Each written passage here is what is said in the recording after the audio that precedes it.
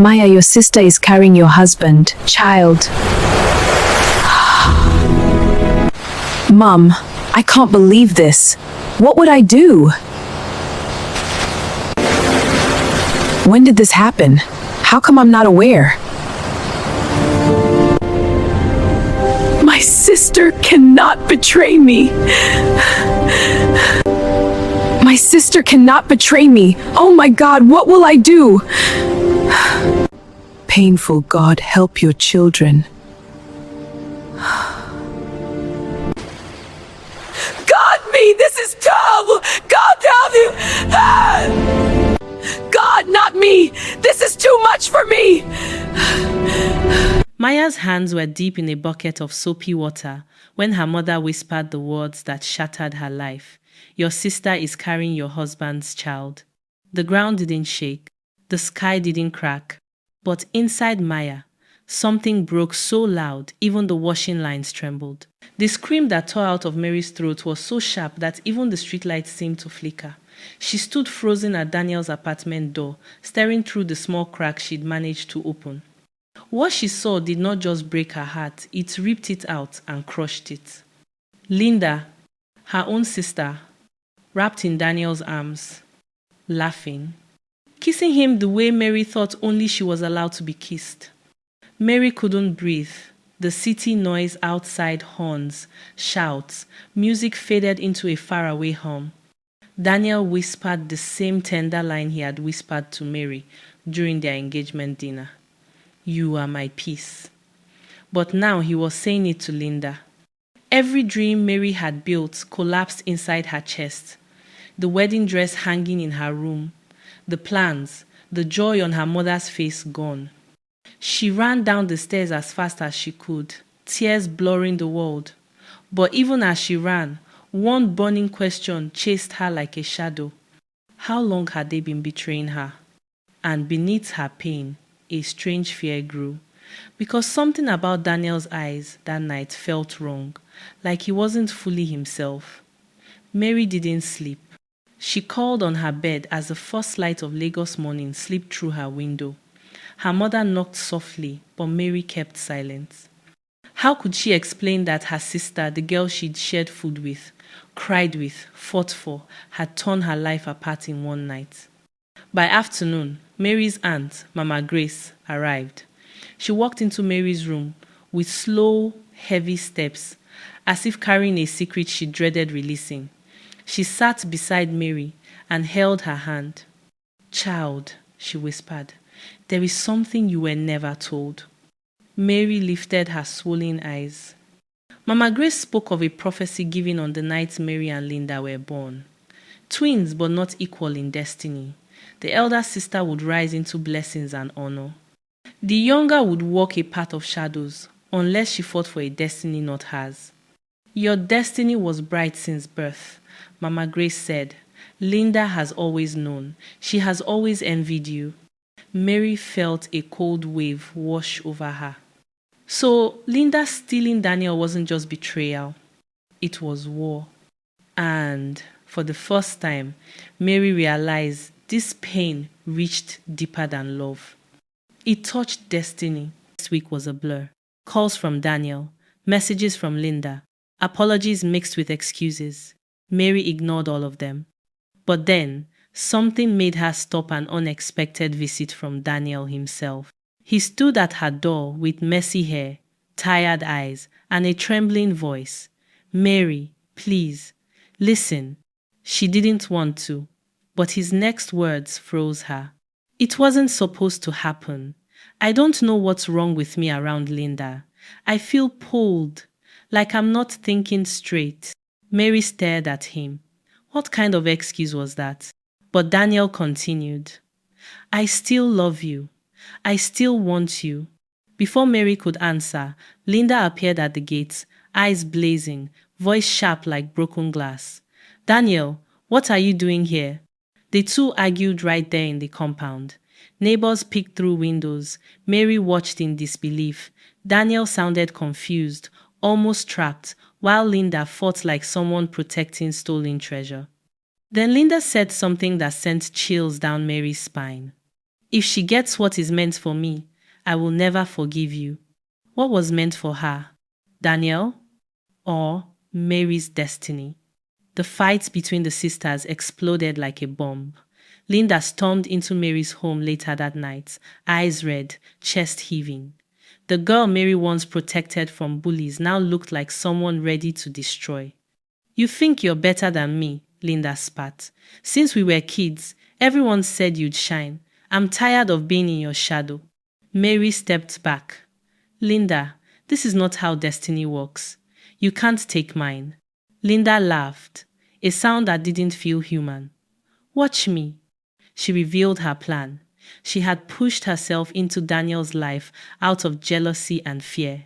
She believed marrying Daniel, a man destined for greatness, would break Mary's blessing and shift it to her. Mary's heart twisted. Linda, you don't need my destiny to succeed. We can rise together. But Linda shook her head. There can only be one star. Those words crushed Mary more than Daniel's betrayal ever could. Her own sister saw her as an enemy, and as Linda walked away, she whispered like a curse, "Your destiny is mine now." But deep inside, Mary felt something awaken quiet, strong, unbroken. Months passed. Mary refused to collapse.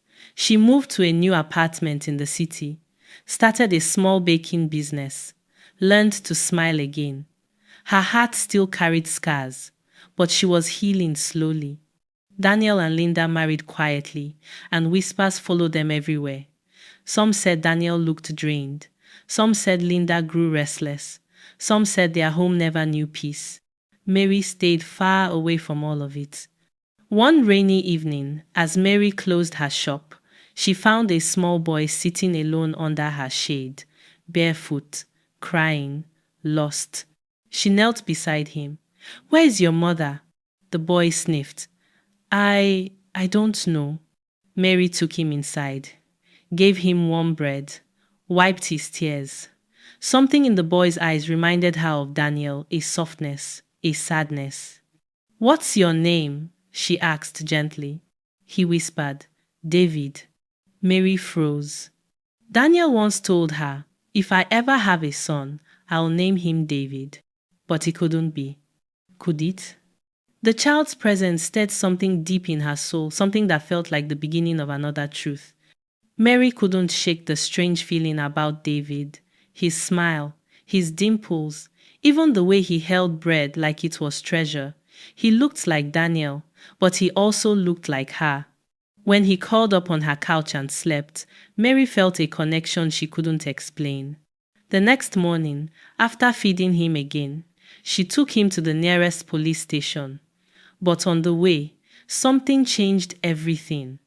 A woman ran toward them, breathless, frantic. My son, I've been looking for you." Mary sighed in relief until the woman stopped, stared at Mary, and her face went pale. "You," the woman whispered.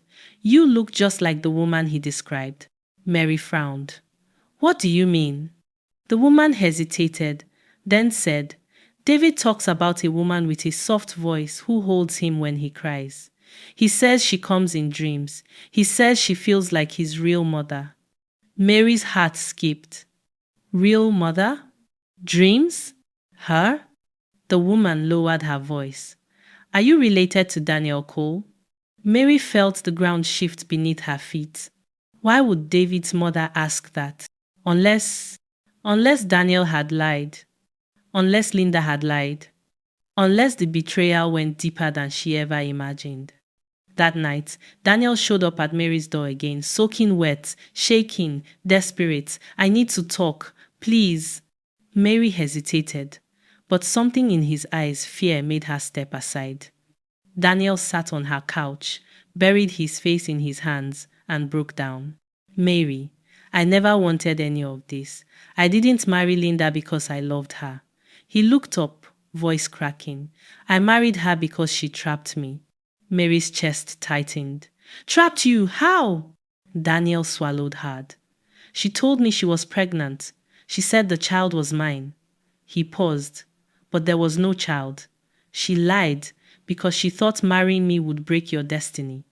Mary's breath caught. Daniel continued. And the worst part, the prophecy her family told her, it drove her mad with fear. She believed being with me would steal your blessings. Mary felt tears burn her eyes. Everything made sense now, every wound, every lie.